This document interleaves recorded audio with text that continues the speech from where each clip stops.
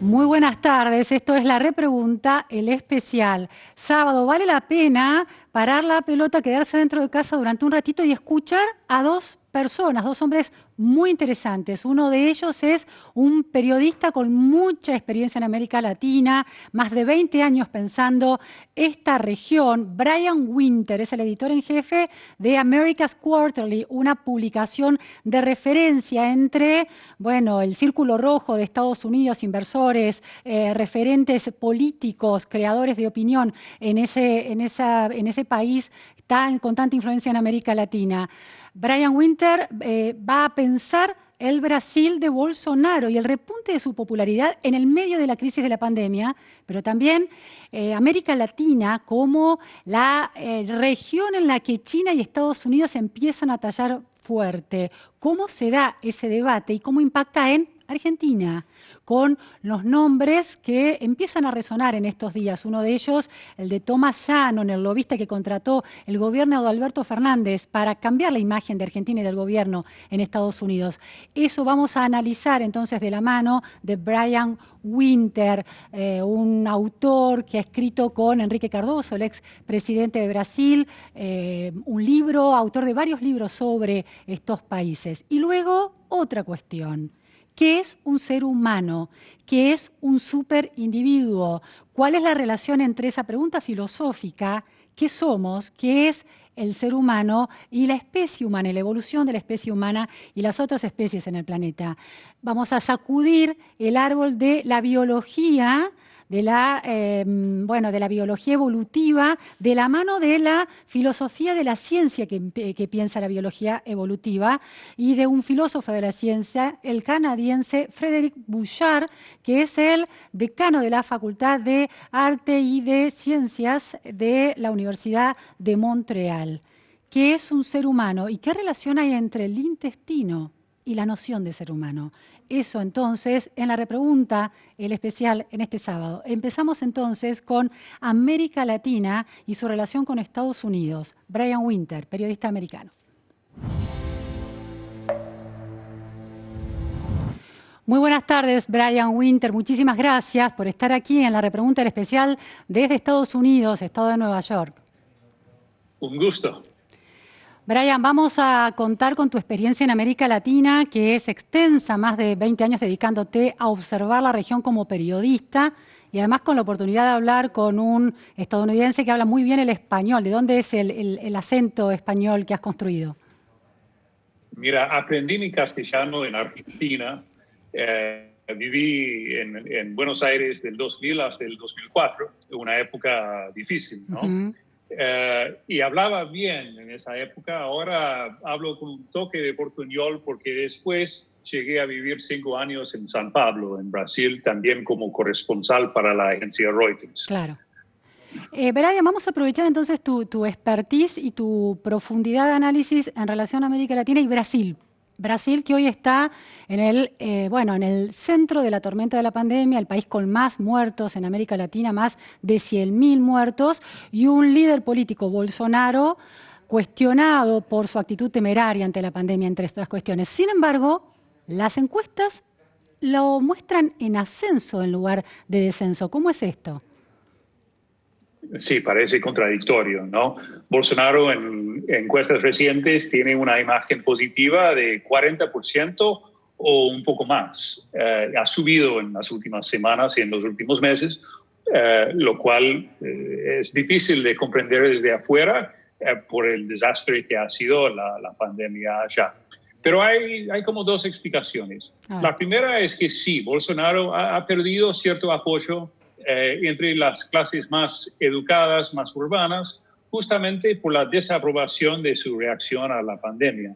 Pero, por otro lado, ha ganado apoyo entre las clases populares que han recibido un pago emergencial de unos $125 por mes, lo que tal vez parezca poco, pero para la población en lugares pobres como el nordeste, ha transformado y ha mejorado en muchos casos sus vidas y su poder económico. Hay un boom de construcción, por ejemplo, en algunas ciudades del nordeste. Por otro lado, Brasil es un país conservador y de cierta manera siempre ha sido.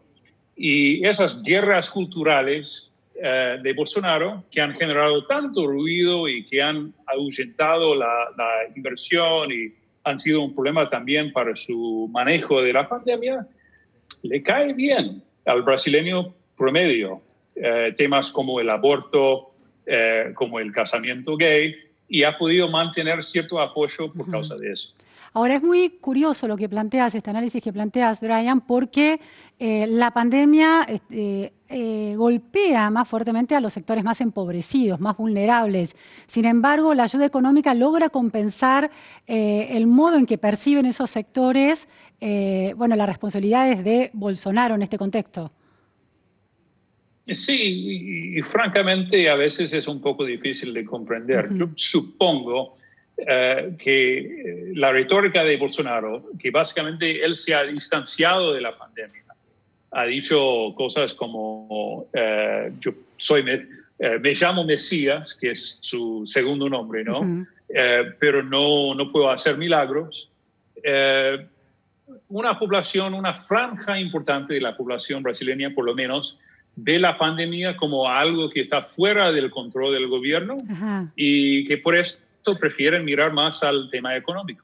También es cierto, si comparamos con un país como Perú, que hizo todo bien, entre comillas, que hizo un lockdown súper fuerte, pero ahora está con el mismo porcentaje por cápita de gente infectada y cantidad de muertos por causa del virus, pero con un desastre, un tombo económico 2 veces ahora lo de Brasil.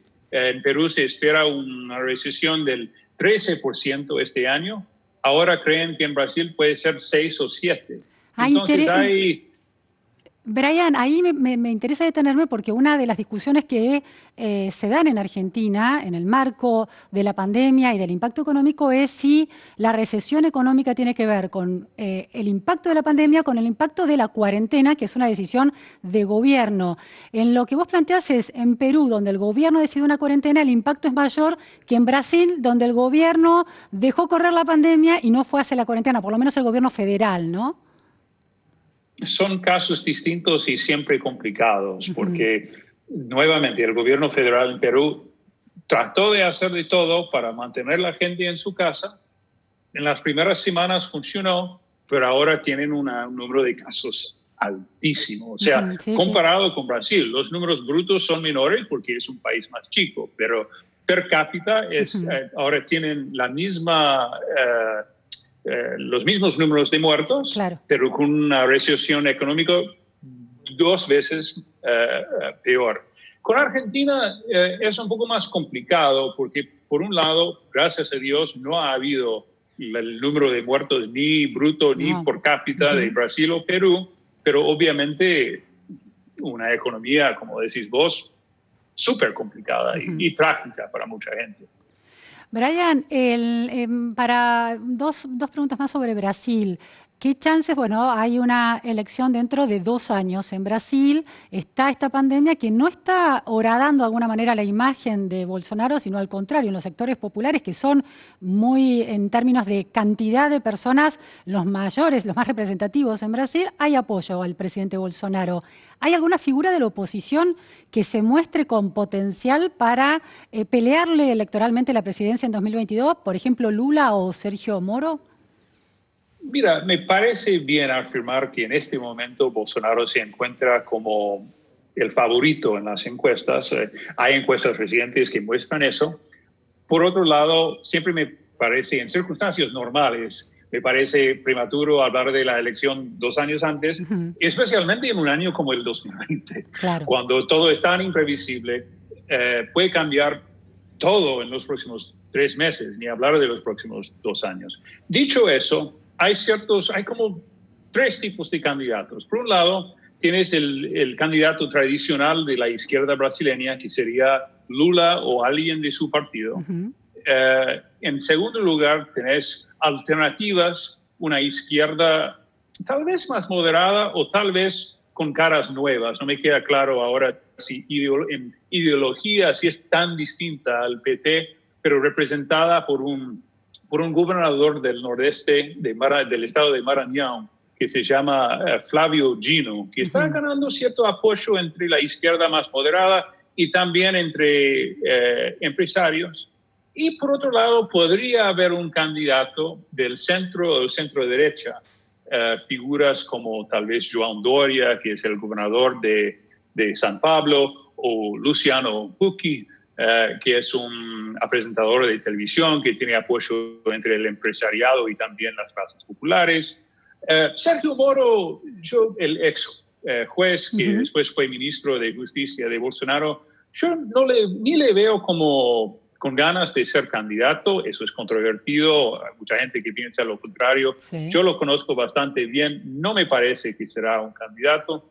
Por otro lado, tal vez más importante, no lo veo con el apoyo para ser candidato en este momento, porque sus electores son muy parecidos a los electores de Bolsonaro. Claro.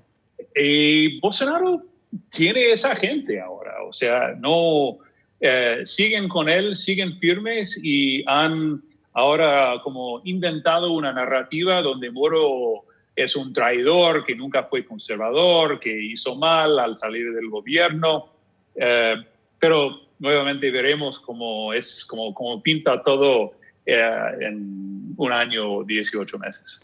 Brian, hubo algunos paralelismos y algunos análisis que establecían comparaciones entre el modo en que Bolsonaro manejó la pandemia y el modo en que Trump está manejando y manejó la pandemia. Y ahí quiero ir al tema de Estados Unidos en América Latina y particularmente en el caso de Argentina. Se cerró hace poco, bueno, la semana anterior hubo un primer avance importante en la negociación de la deuda con los acreedores privados con deuda en dólares y con legislación extranjera. Esa noticia ¿cómo fue recibida en Estados Unidos? ¿Fue realmente considerada una sorpresa o se descontaba que el acuerdo se iba a lograr? Yo creo que fue una sorpresa para cierta gente, porque las negociaciones fueron bastante largas, o por lo menos parecía. Siempre son largas y siempre hay negociaciones, siempre son las mismas tácticas, pero siempre nos sorprendemos cada vez que pasa, ¿no? Pero yo creo que esta vez que el acuerdo fue visto por muchos con buenos ojos, porque la verdad que deja un problema menos para el mundo y para América Latina, ¿no? En un momento donde América Latina es como el epicentro de la pandemia, claro. Sufriendo tanto en lo humano como en la parte económica, la parte social. Yo creo que cerrar ese capítulo, sino toda la historia, porque queda camino a recorrer, pero poder cerrar ese capítulo fue visto en Washington y también en New York como algo positivo. ¿Devolvió una cierta confianza a la figura de Alberto Fernández y de la vicepresidenta Cristina Fernández de Kirchner en términos de cuál es su concepción de la economía y de las relaciones con el mundo financiero? Veremos. Es un momento muy complicado para toda la región y para todas las Américas. Yo profesionalmente me dedico a hablar de América Latina con mi especialidad en Brasil. Pero es un momento francamente difícil para todo el continente. Hemos sufrido aquí en Estados Unidos también y yo no veo tantas diferencias en lo económico, ni lo social, ni en el manejo de la pandemia, como decís vos, entre Estados Unidos y Brasil, por ejemplo. Claro. O sea, o Perú. Ha sido un desastre y ha sido peor que tenía que ser. Aquí estoy hablando de mi propio país. Sí, sí. Hemos sufrido mucho por la incapacidad no solo de manejar el virus, que siempre iba a ganar cierto terreno, pero de abrazar el distanciamiento social, de evitar las teorías de conspiración, notarás cierta frustración en mi voz porque yo creo que ha sido peor que tenía que ser. Ahora, a pesar de ese de alguna manera Estados Unidos se latinoamericanizó en el manejo de la pandemia. Si todo el continente, y no importa sus niveles de desarrollo, la manejaron mal. Ahora, Estados Unidos sigue influyendo fuertemente y condicionando en algunas cuestiones a América Latina. En el caso de Argentina, escuchamos las declaraciones de Mauricio Claver, este hombre representante de Estados Unidos en el Fondo Monetario Internacional, que sostuvo muy abiertamente que el año pasado el fondo decidió ayudar a la Argentina a instancias de un lobby contundente del gobierno de Estados Unidos dentro del FMI para que ganara Mauricio Macri las elecciones. ¿Cómo se leen esas declaraciones desde Estados Unidos en relación a Argentina y a la presidencia actual de Alberto Fernández? Pues mira, el papel de los multilaterales en la recuperación de Argentina, de América Latina, va a ser súper importante. Y aquí estoy hablando del BID, del Fondo Monetario, del Banco Mundial. Y en un momento donde esos organismos han sido como subapreciados por el gobierno Trump, ¿no? O sea, no estoy contando ningún secreto aquí.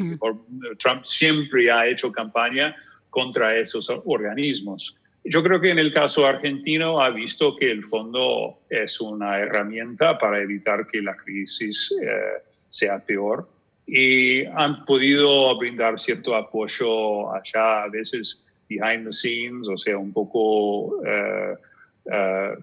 no sale todo a la luz pública, pero creo que la tendencia es tratar de evitar una catástrofe todavía mayor, peor en el hemisferio.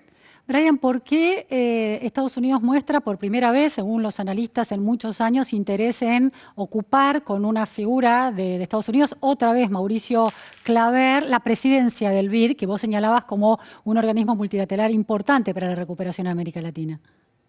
No, súper importante porque el BID es fundamental para financiar proyectos tanto sanitarios como de infraestructura, como de educación y tecnología. Hace inversiones que ningún otro ente en América Latina puede hacer. Y como decís vos, entró ahí la Casa Blanca con esa candidatura del Mauricio Claver Carón. Sin entrar mucho en el tema personal, o sea, lo problemático de la idea de tener a un norteamericano como presidente del BID, para mí los argumentos más interesantes no tienen que ver directamente con la persona, no hay que personalizar esa cuestión.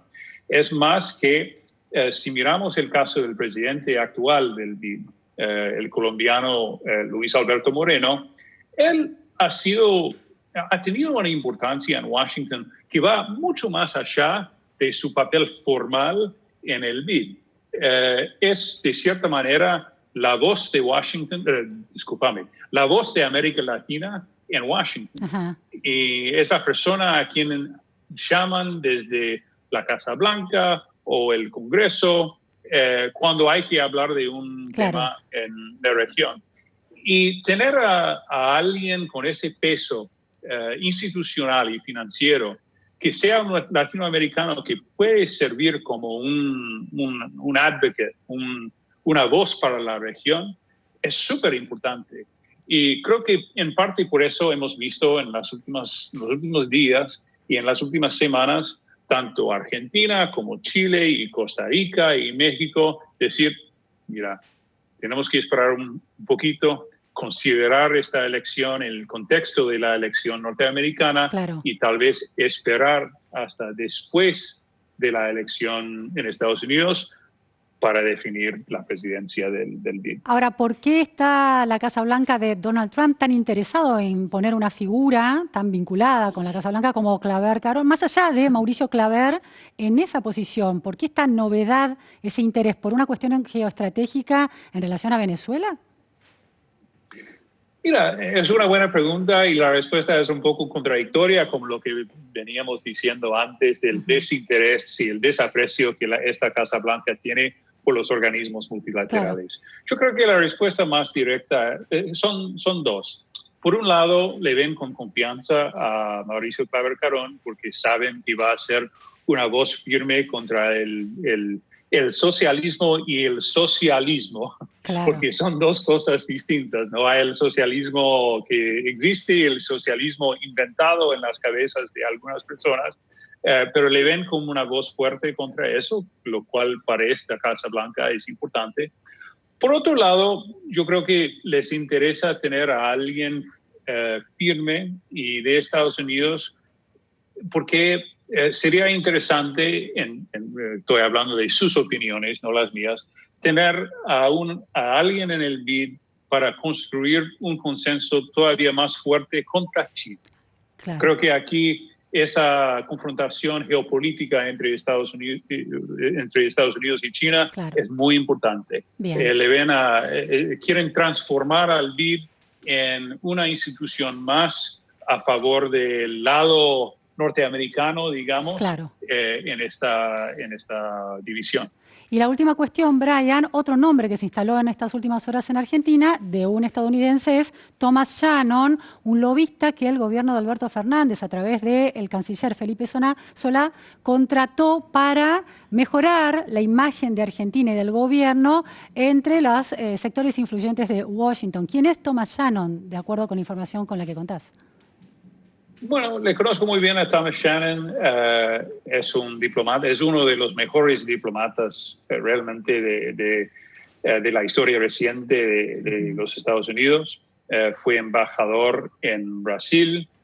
Fue también el vicesecretario, básicamente la persona a cargo de América Latina en el Departamento de Estado. Y llegó a ser básicamente el número 3 en todo el Departamento de Estado. Entonces es una persona muy respetada. Sin comentar directamente sobre el trabajo que va a hacer, te puedo decir que cualquier cosa para aumentar o mejorar el perfil de América Latina en Washington siempre es bienvenida, porque sigue siendo, a pesar de los esfuerzos que muchos hacemos, una región que no recibe la atención que merece, tanto en Washington como en el resto del mundo. Entonces, tener a alguien como Tom seguramente va a ayudar a darle un perfil un poco más alto. Muchísimas gracias, Brian Winter, por estas precisiones, este análisis horizontal y también vertical de algunas cuestiones que afectan a América Latina y en particular a Argentina. Muy buenas tardes. Mil gracias. Buenas tardes. Gracias.